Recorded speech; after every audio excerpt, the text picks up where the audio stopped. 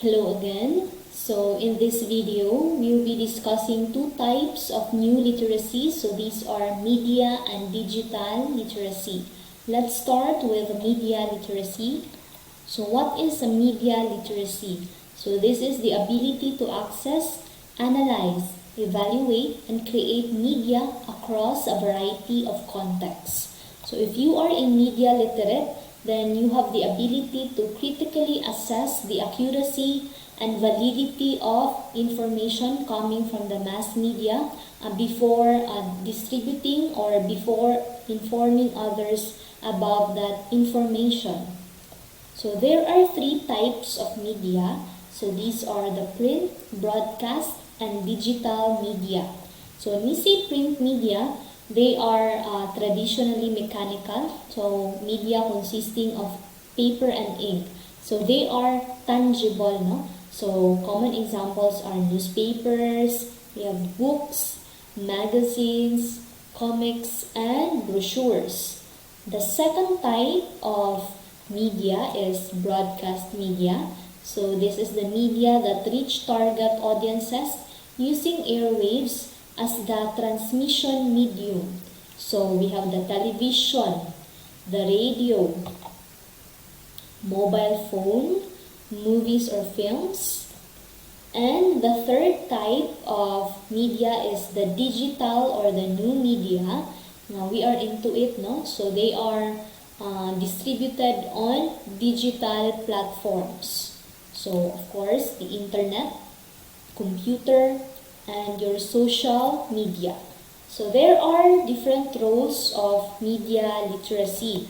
So first, media literacy helps people to think critically. So when people evaluate media, they decide if the messages make sense, including the key ideas, before being convinced on the information that they get from it.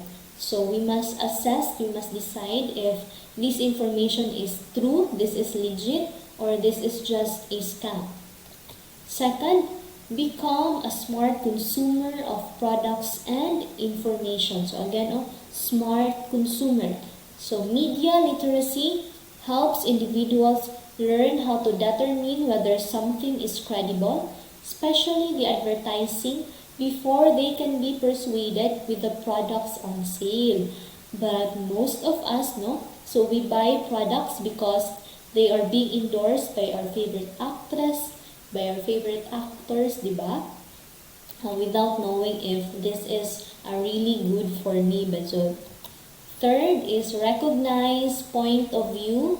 So identifying an author's perspective helps individuals appreciate different ideas in the context of what they already know.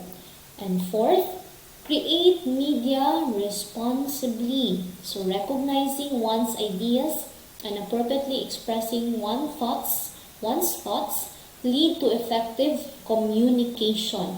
So we must be responsible users of media, that would lead to communicating with others effectively. And fifth, identify the role of media in our culture. So media, it conveys something, it shapes understanding of the world and makes an individual to act or think in certain ways. Then sixth one, understand the author's goal. So understanding and recognizing the type of influence something has, people can make better choices.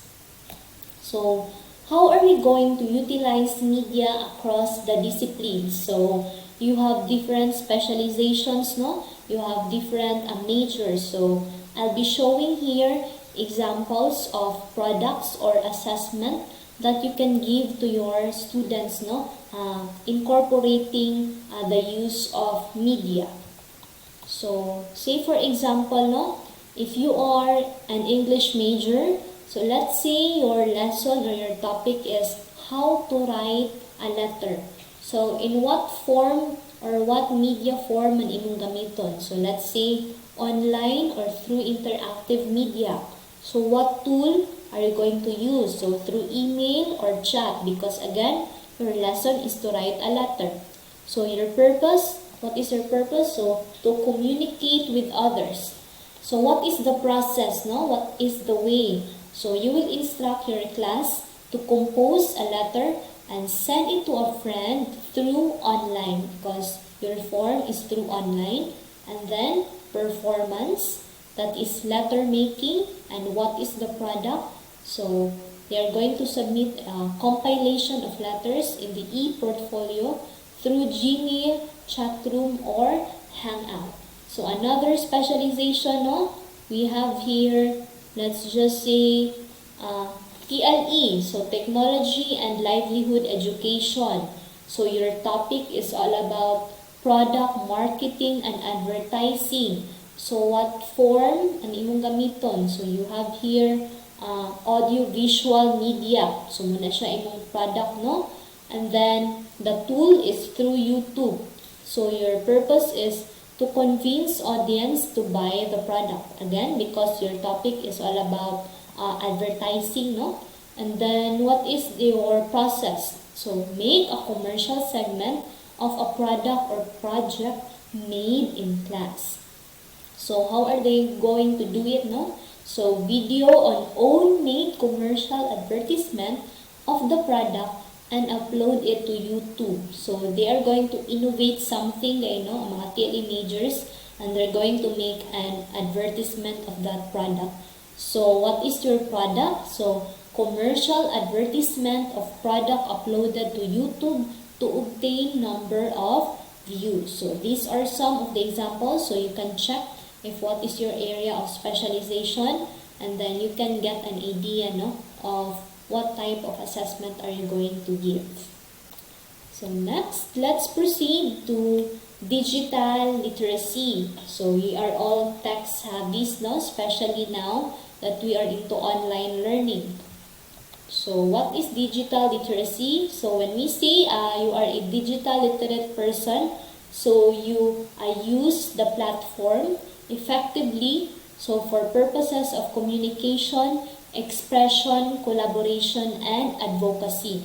So dili kay you say nga, yes, I am a digital literate person because I know how to use the computer, I know how to use the gadgets or other platforms, but that's not enough, no? But did you use it effectively? Then that's the time na you can really say that you are a digital literate person. So there are 10 commandments of teacher cyber citizenship. So naritay 10 commandments, no? So let's try to check what are these commandments. So number 1, thou shalt not post any personal matter, confidential information, and obscene pictures and messages online that can be accessed by students and parents. So that's why we must be careful on what we post online. And just like me, no, I have 2 Facebook accounts. One is for my personal account, and the other one is for school purposes. Okay, number 2, thou shalt not respond or thread to any personal message created by students online other than those school related. So as a future teacher, no, or as a student, we must be careful on what we post online again, because we do not know na ay mga screenshots and those are proofs, no, or evidences against us. The number 3, thou shalt not lend or let students access your cell phone. Number 4, of course, thou shalt not give your email password to students. Kinsa man teacher taon manghatag og password to students. Number 5, thou shalt not use concepts and information from text and references, again, without the author's citation. So we must include our resources, no, in every work that we submit.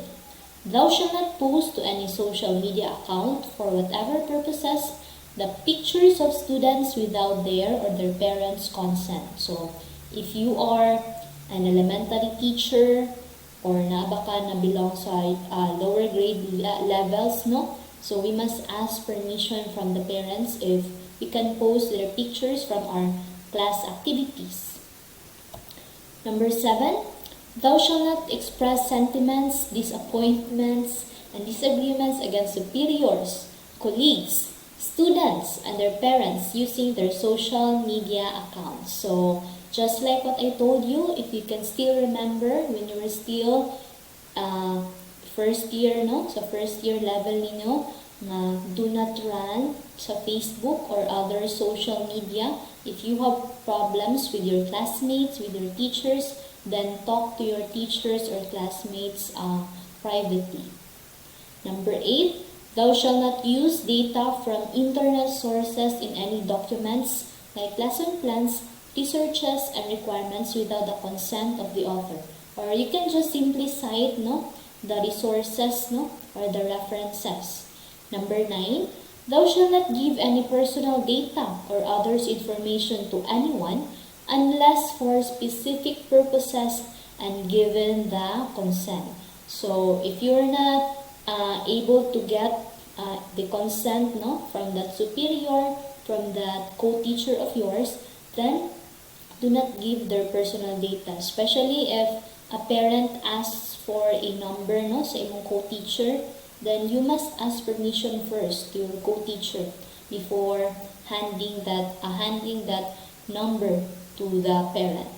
And then number 10, thou shalt not post any student data publicly online, including academic rankings, school records, class outputs, and record of grades. So this is a big no, to post the grades or the evaluation form of our students online. So again, those are the concepts under media and digital literacy. Thank you.